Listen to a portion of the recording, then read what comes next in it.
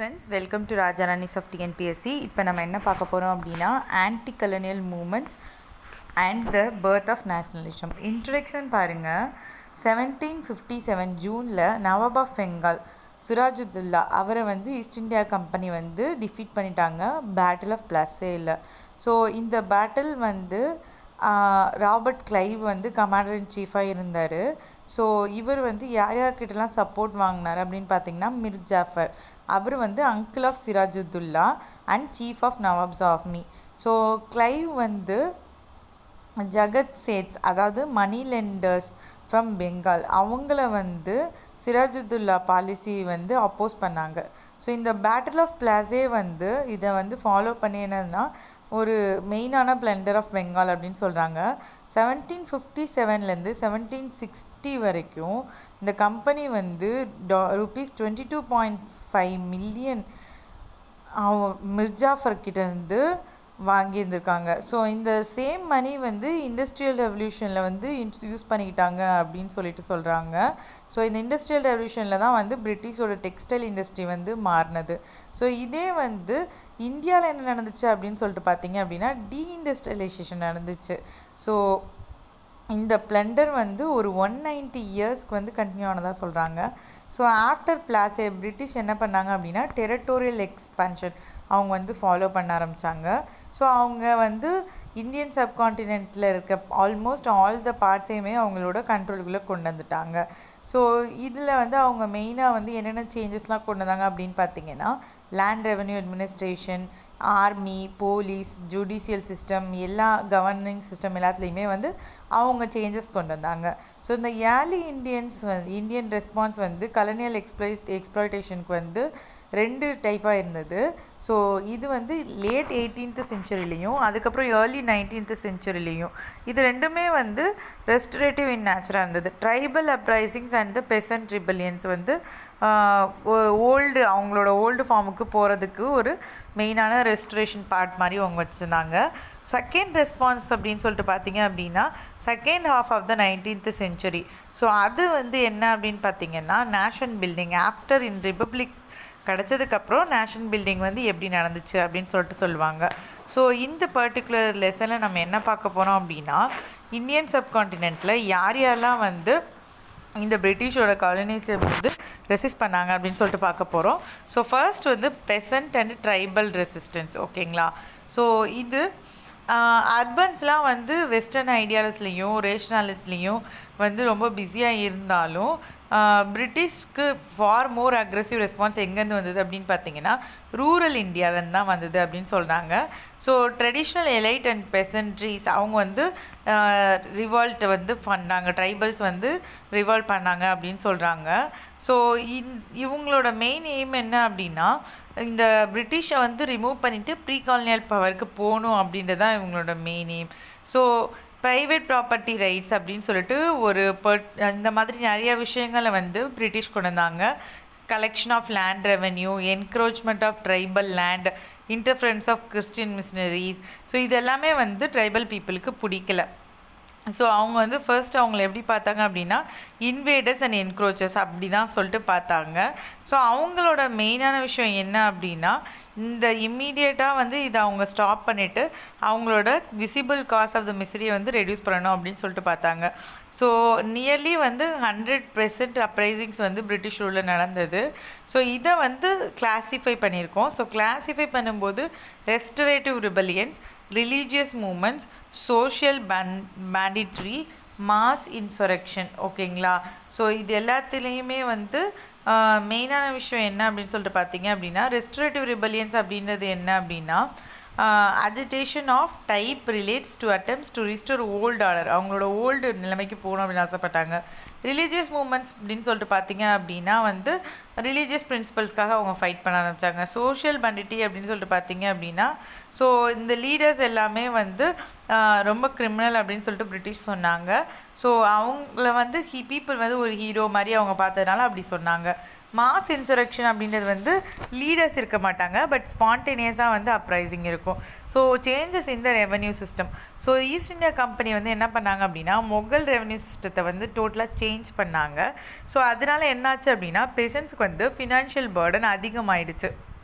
So land வந்து அவங்க வந்து ப்ரைவேட் ஓனர்ஷிப் நிறையா இல்லை.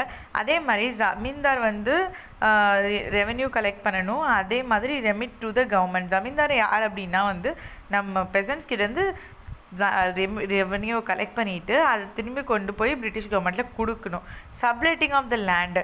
ஸோ லெட்டிங் அண்ட் சப்லெட்டிங் வந்து அக்ரேரியன் ரிலேஷன்ஷிப் வந்து ரொம்பவே காம்ப்ளிகேட் பண்ணிடுச்சு அப்படின்னு சொல்கிறாங்க. ஸோ ஜமீன்தார் வந்து இவங்க ஆஃபன் வந்து அந்த லேண்ட்ஸை வந்து ஒரு ஃபிக்ஸ்ட் அமௌண்ட் ஆஃப் ரெவென்யூ வந்து பெசன்ட் வந்து கலெக்ட் பண்ணிட்டாங்க. இதுவுமே வந்து என்ன ஆகுது அப்படின்னா டேக்ஸ் பர்டன் வந்து அதிகமாகுது அப்படின்னு சொல்லியிருக்காங்க.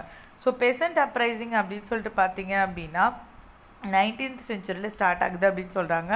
ஸோ ஃபராசி மூமெண்ட் அப்படின்றத லான்ச் பண்ணது வந்து ஹாஜி சரித்துல்லா இன் 1818. எங்கே அப்படின்னு பார்த்தீங்கன்னா ஈஸ்டர்ன் பெங்காலில். ஸோ இவங்க எதுக்காக அப்படின்னு சொல்லிட்டு பார்த்தீங்கன்னா அன்இஸ்லாமிக் ஆக்டிவிட்டீஸ் வந்து இவங்களுக்கு பிடிக்கல. ஸோ இதனால் அவங்களுக்கும் ஜமீன்தாருக்கும் நடுவில் வந்து நிறையா சண்டை வந்தது. ஸோ பிரிட்டிஷ் வந்து ஆனால் யாரை வந்து சப்போர்ட் பண்ணாங்க அப்படின்னா ஜமீன்தாஸை தான் சப்போர்ட் பண்ணாங்க. ஆனால் அவரோட டெத் வந்து சரித்துல்லா அப்படின்றவரோட ஹாஜி சரித்துல்லா அவரோட டெத் வந்து 1839. அவரோட டெத்துக்கு அப்புறம் இந்த ரிபெலியனை யார் வந்து ஃபாலோ பண்ணாங்க அப்படின்னு சொல்லிட்டு பார்த்தீங்க அப்படின்னா அவரோட சன் துது மியான் அப்படின்றவர் இதை வந்து ரிபெலியனை டேக் ஓவர் பண்ணிக்கிட்டாரு. ஸோ இதனால அவர் என்ன பண்ணார் அப்படின்னா பெசன்ட்ஸ் எல்லாம் டேக்ஸ் யாரும் பே பண்ணாதீங்க அப்படின்னு சொன்னார். ஸோ இவரோட சிம்பிள் டாக்டரின் என்ன அப்படின்னா இருக்கிற லேண்டு வெல்த் எல்லாமே வந்து காமனாகவே எல்லாத்தாலையும் வந்து என்ஜாய் பண்ணணும் அப்படின்னு சொன்னார். ஸோ இவரோட மெயின் பாயிண்ட் என்ன அப்படின்னா ரிலீஜியன் அண்ட் லேண்ட் வந்து ரெண்டுமே வந்து பிலாங்ஸ் டு த காட் அப்படின்னு சொல்லிட்டு சொன்னார். ஸோ கலெக்டிங் ரெண்ட்டு டேக்ஸு இதெல்லாம் வந்து டிவைன் லாக்கு அகெயின்ஸ்டாக இருக்குது அப்படின்னு சொன்னார். ஸோ இவர் வந்து ஒரு லார்ஜ் மொபைல் ஒரு நம்பர் ஆஃப் பீப்புள்ஸை வந்து கலெக்ட் பண்ணிவிட்டு ஒரு நெட்வொர்க் மாதிரி ஃபார்ம் பண்ணி வில்லேஜ் ஆர்கனைசேஷன் பண்ணிட்டு இருந்தார். ஸோ இவங்க என்ன பண்ணுறாங்க அப்படின்னா இவங்க வயலண்ட் கிளாஷஸ் வந்து 1840s அண்ட் 1850s ஜமீன்தார் கூடயும் பிளான்டர்ஸ் கூடயும் இருந்தது. இவரோட டெத்துக்கு அப்புறம் இதை யார் ரிவைவ் பண்ணா அப்படின்னா நியோ மியான் அப்படின்றவர் வந்து ரிவ்யூ பண்ணார். 1862 இவர் இறந்துட்டார். ஓகேங்களா. ஸோ அடுத்தது என்ன அப்படின்னு பார்த்தீங்கன்னா Wahabi rebellion in Barasat. So Wahabi rebellion அப்படின்றது வந்து ஒரு anti imperial and anti landlord movement. ஓகேங்களா. ஸோ இது 1827 பராசத் பெங்கால் ரீஜனில் வந்து ஸ்டார்ட் ஆனிச்சு. இதை யார் வந்து ஸ்டார்ட் பண்ணா அப்படின்னு பார்த்தீங்கன்னா தித்து மிர் அப்படின்றவர் தான் வந்து வஹாபி மூமெண்ட்டை வந்து ஸ்டார்ட் பண்ணார். ஸோ இவர் வந்து முஸ்லீம் பெசன்ட்ரி அண்ட் இவர் வந்து மெயினாக வந்து ஜமீன்தார் சிஸ்டம் வந்து அப்போஸ் பண்ணார் அப்படின்னு சொல்கிறாங்க. So majority of the zamindars வந்து ஹிந்துஸாக இருக்கனால ஆன்டி ஹிந்து காம்ப்ளெக்ஷன் இதில் வந்து ஃபார்ம் ஆச்சு அப்படின்னு சொல்கிறாங்க. So on 6th November 1831 so இவங்க வந்து ஃபஸ்ட்டு ஒரு மேஜர் அட்டாக்கை லான்ச் பண்ணுறாங்க. ஸோ இவர் வந்து ஆட்டோமேட்டிக்காக இவரே வந்து பிரிட்டிஷ்கிட்டேருந்து ஃப்ரீடம் அப்படின்னு சொல்லிட்டு அனௌன்ஸ் பண்ணிக்கிறாரு. ஸோ இதை வந்து பிரிட்டிஷ் என்ன பண்ணுறாங்க அப்படின்னா ரீடாலியேட் பண்ணுறாங்க. தித்து மிந்தையும் ஒரு 15 சோல்டர்ஸையும் வந்து அந்த ஸ்ட்ரகிளில் வந்து கொலை பண்ணிடுறாங்க. ஸோ இந்த எண்டில் பெசன்ட் ரிபெலியன் வந்து ஒரு பவர் ஸ்ட்ரக்சர் வந்து ரூரல் சொசைட்டியில் வேணும் அப்படின்றது வந்து அவங்களுக்கு நல்லாவே தெரிஞ்சது. ஸோ ரிபல்ஸ் வந்து ரொம்ப ஃபெமிலியராக இருந்தது. ஸோ ஆனால் வந்து அதே மாதிரி அப்ரெஷன்ஸும் வந்து ரொம்ப ஃபெமிலியராக இருந்தது. ஸோ பிரிட்டிஷ் வந்து சம்டைம்ஸ் வந்து என்ன பண்ணுவாங்க அப்படின்னா ஸோ லோக்கல் ஏஜென்ட்ஸ் வச்சு இந்த அப்ரெஷன்ஸை சரி பண்ணவும் செஞ்சுட்டு இருந்தாங்க. ஓகேங்களா. ஸோ அடுத்தது அப்படின்னு என்னன்னு சொல்லிட்டு பார்த்தீங்க அப்படின்னா ட்ரைபல் அப்ரைசிங். ஓகேங்களா. So under colonial rule first time வந்து பிரிட்டிஷ் என்ன பண்ணுறாங்க அப்படின்னா ப்ரொப்ரேட்டரி ரைட்ஸ் அவங்க வந்து ஃபாரஸ்ட் கிட்ட வந்து ப்ரொப்ரேட்டரி ரைட்ஸையும் வாங்கிடுறாங்க. ஸோ இது என்ன ஆகுது அப்படின்னா ட்ரைபல் சிஸ்டத்தை வந்து அவங்க ரொம்ப போய் டேமேஜ் பண்ணுறாங்க. ஸோ இதனால நான் ட்ரைபல் லெண்டர்ஸ் பீப்புள் யார் அப்படின்னு பார்த்தீங்கன்னா மணி லெண்டர்ஸ், ட்ரேடர்ஸ், லேண்ட் கிரேபர்ஸ் இவங்க எல்லாமே வந்து ட்ரைபல் ஏரியாஸ்குள்ளே வர ஆரம்பிச்சிட்டாங்க. ஸோ இதனால வந்து லாஸ் ஆஃப் ஆதிவாசி லேண்ட் அவங்களோட இருந்த இடம் வந்து ரொம்ப லாஸ் ஆகிருக்கு. ஸோ இதுதான் வந்து tribal uprising. So tribal resistance எதுக்காக அப்படின்னா அவங்களோட பீஸ்ஃபுல்லான ட்ரைபல் லைஃப் வந்து அவங்களால வாழ முடியல.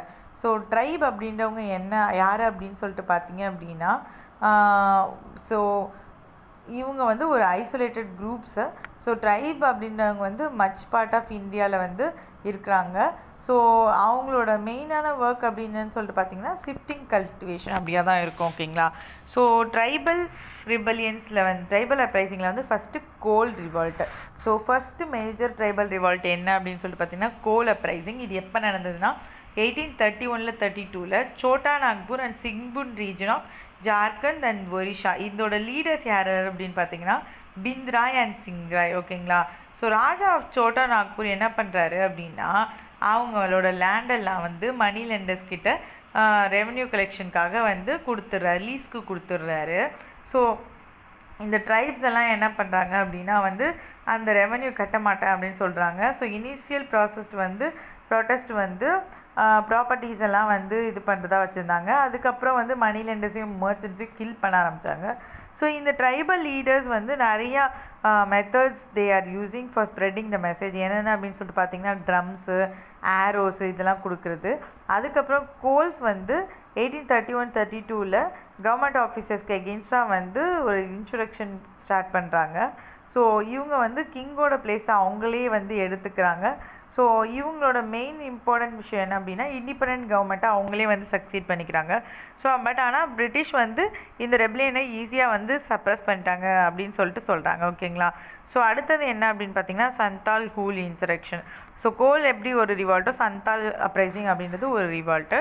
ஸோ இந்த ரிவால்ட் எங்கே நடந்தது அப்படின்னு சொல்லிட்டு பார்த்தீங்கன்னா ஈஸ்டர்ன் இந்தியாவில் நடந்தது. ஓகேங்களா.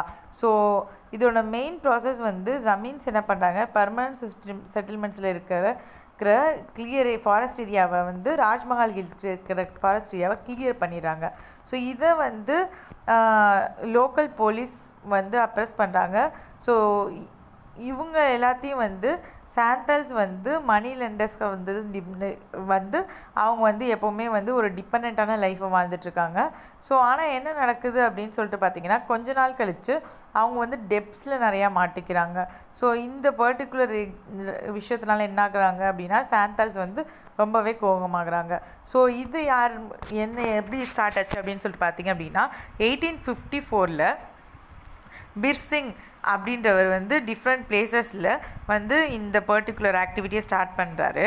ஸோ இவங்க வந்து மகாஜன்ஸ் அண்ட் ட்ரேடர்ஸ் வந்து அகெயின்ஸ்டாக வந்து இவங்க டேர்ன் ஆகுறாங்க. ஸோ பீர்சிங் வந்து ஜமீன்தாரி கோர்ட்டில் வந்து ஒப்படைச்சதுக்கப்புறம் பீர்சிங் அலாங் வித் தீஸ் ஃப்ரெண்ட்ஸ் அவங்களும் வந்து திரும்பவும் இதில் ஜாயின் பண்ணி மகாஜன்ஸ்க்கும் மர்ச்சன்ட்ஸ்க்கும் அகெயின்ஸ்டாக பண்ணுறாங்க.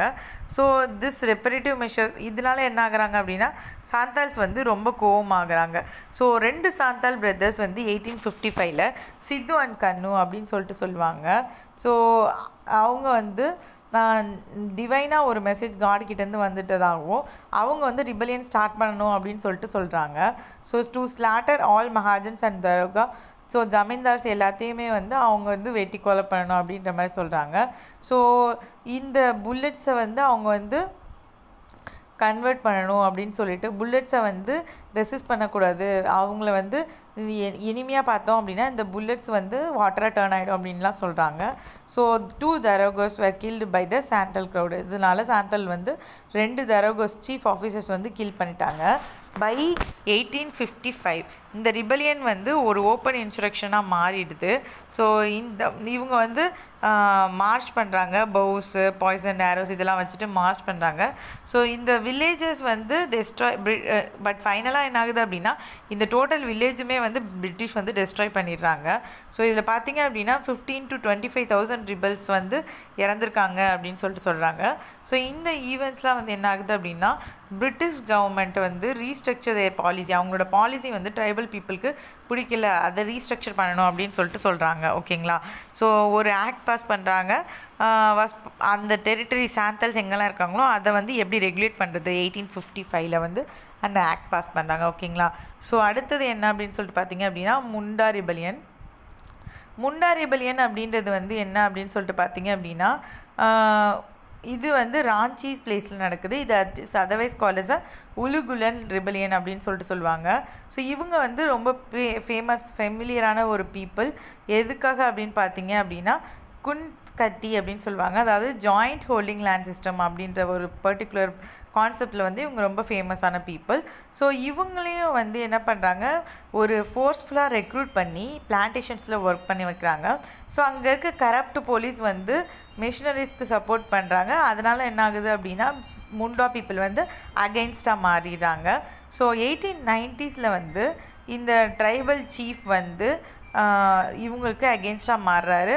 ஸோ இந்த மூமெண்ட் வந்து எப்போ பிர்சா முண்டா அப்படின்னு சொல்லிட்டு ஒருத்தவர் அவரே வந்து ஒரு மெசஞ்சர் ஆஃப் காட் அப்படின்னு சொல்லிட்டு அனௌன்ஸ் பண்ணிக்கிறாரு.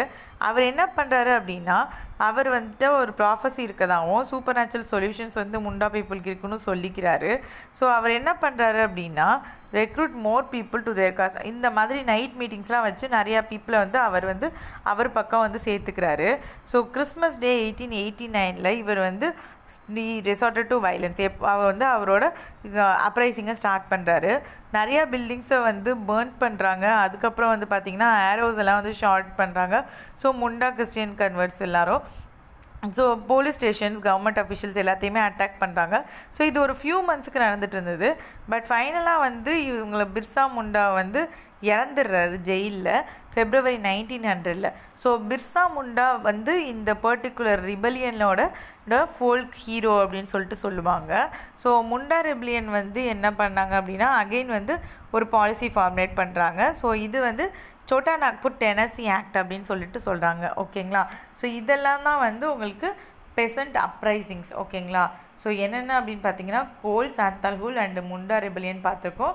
அது மட்டும் இல்லாமல் வஹாபா ரெபிலியனும் அதுக்கப்புறம் ஃபராசி மூமெண்ட்டும் பார்த்துருக்கோம். ஓகேங்களா. ஸோ இதெல்லாம் வந்து பெசன்ட் அண்ட் ட்ரைபல் ரெசிஸ்டன்ஸ். ஓகேங்களா. ஸோ ஃப்ரெண்ட்ஸ் வெயிட் பண்ணுங்கள். ஸோ நெக்ஸ்ட் வீடியோ அப்லோட் பண்ணுறேன். தேங்க்ஸ் ஃபார் வாட்சிங்.